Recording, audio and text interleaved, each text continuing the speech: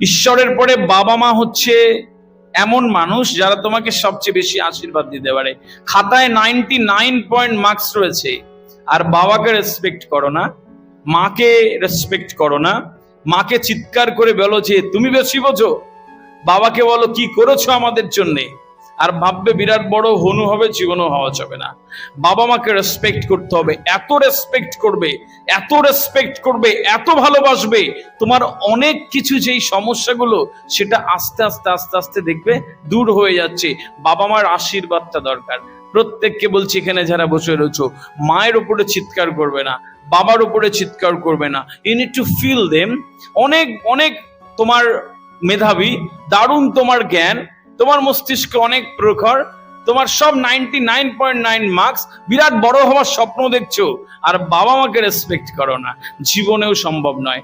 Deer girls, আজকের পর থেকে প্রত্যেককে বলছি, বাবার সাথে এমন ব্যবহার করবে, মায়ের সাথে এমন ব্যবহার করবে যে তোমার উত্তরণের পথটা সহজ হয়ে যাবে। রেসপেক্ট করবে প্রত্যেক বাবা মাকে, প্রত্যেকের যে এত রেসপেক্ট করবে, প্রত্যেকটা প্রার্থনাতে তারা তোমাদের জন্য কিন্তু আশীর্বাদ দিতে থাকবে। বাবা মার ভালোবাসাকে গোনা যায় না। যারা মায়েরা বসে রয়েছেন, টিচার হলেও তো গার্ডিয়ানস রয়েছেন যারা, আর স্টুডেন্টস, তোমাদের জন্য ছোট্ট একটা গল্প বলি, শোনো। বাবা মার কোনো তুলনা হয় না এই পৃথিবীতে, কোনো কিছুর সাথে তাদের তুলনা হয় না। একজন মধ্যবয়স্ক ব্যক্তি খুব টাকা পয়সা করে অনেক বড় হয়েছে, তো বিরাট যখন বিজনেস হয়ে গেছে, তখন তার মনে হলো মধ্য বয়সে এসে যে জন্মদিন সেলিব্রেট করব।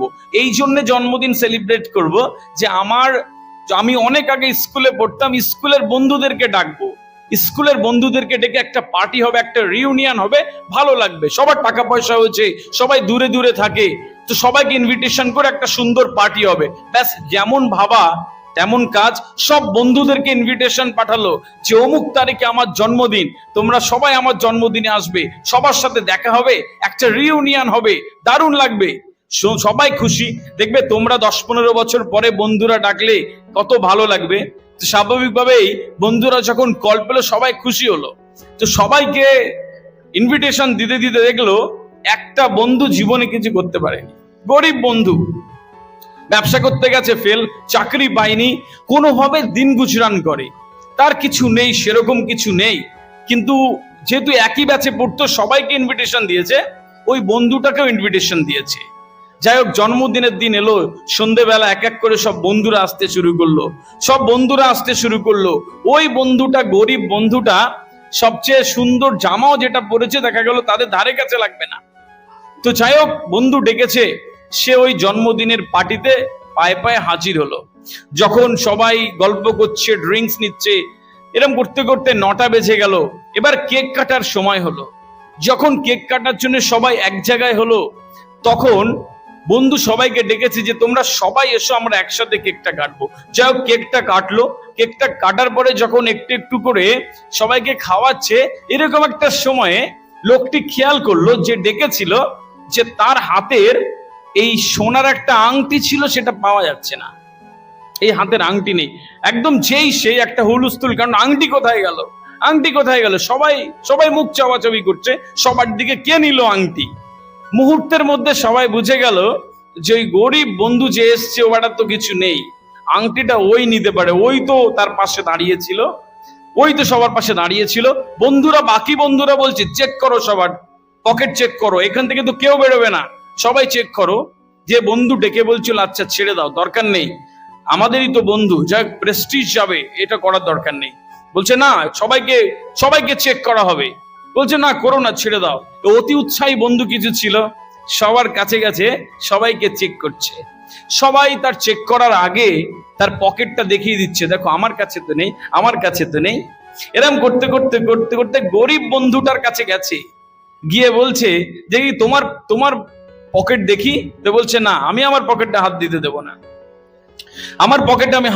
না, প্লিজ। যখন এরকম তর্ক হচ্ছে, বন্ধু ছুটে এলো, আচ্ছা ছাড় না, কিছু হবে, ছেড়ে দে, দরকার নেই, ওনার চেক করার দরকার নেই। আচ্ছা বন্ধু চলো, তোমার চেক করার দরকার নেই। সবাই খেয়ে টেয়ে যে যার মতন রাতে বাড়ি চলে গেল। সবাই বুঝে গেল পকেট চেক করতে দেয়নি মানে ওই বন্ধুই নিয়েছে। সবাই কনফার্ম। রাতের বেলা 11:30-12টাতে যখন সবাই বাড়ি চলে গেল, ওই বন্ধু ঘরে ঢুকলো, ব্লেজার খুলতে গিয়ে দেখলো ব্লেজারের ওপরে একটা ছোট্ট পকেট থাকে, এই পকেটটাতে, এই পকেটের একটা কোণে আংটিটা আটকে রয়েছে। ওর খুব খারাপ লাগলো, সারা রাত ঘুমাতে পারেনি। ইস, একটা বন্ধুকে এতজনের সামনে আমরা সবাই ধরে নিয়েছি সে চুরি করেছে, সে চোর। ভোর ভোর উঠে সকালবেলা বন্ধুর বাড়িতে হাজির, টক টক করে দরজায় বাড়ি দিল, দরজা খুললো, একটা ভাঙা চোরা চিহ্ন বাড়িতে থাকে। তো বন্ধুকে বলছে, কিরে কেমন আছিস, সকালবেলা এত? তো বলছে, হ্যাঁ চলে এলাম। যাই হোক, কাঁধে হাত দিয়ে বলছে, সরি, ভুল হয়েছে, আংটিটা তো আমি পেয়েছি এখানে। তো যাই হোক, তুই পকেটটা চেক করতে দিলি না কেন? তাহলে তো তোকে কেউ চোর ভাবতো না, এখন তো সবাই ভেবে ফেলেছে, আমার গিল্টির শেষ নেই। তো দূরে দেখাচ্ছে, বলছে, ওই দেখ, একটা দরজা দিয়ে আর একটা ছোট্ট জীর্ণ ঘর দেখা যাচ্ছে, একটা 13-14 বছরের ছেলে শুয়ে আছে। বলছে, জানিস তো, যখন নতুন জামা পরছি, তোর জন্মদিনে যাব, আমার ছেলেটা শরীর খারাপ, অনেক দিন ধরে ভুগছে। তো আমি যখন যাচ্ছি, আমার হাতটা ধরে বলছে, বাবা আমার জন্য একটা মিষ্টি আনবে আসার সময়। বলছি, জানিস তো, আমাদের টাকা ছিল না, ওই ঘুরতে ঘুরতে ওই কাউন্টার থেকে 2টো মিষ্টি আমি পকেটের মধ্যে নিয়ে রেখেছিলাম। আমি পকেট চেক করতে দিইনি, কারণ ওই মিষ্টি 2টো চুরি করেছিলাম, ধরা পড়ে যেতাম।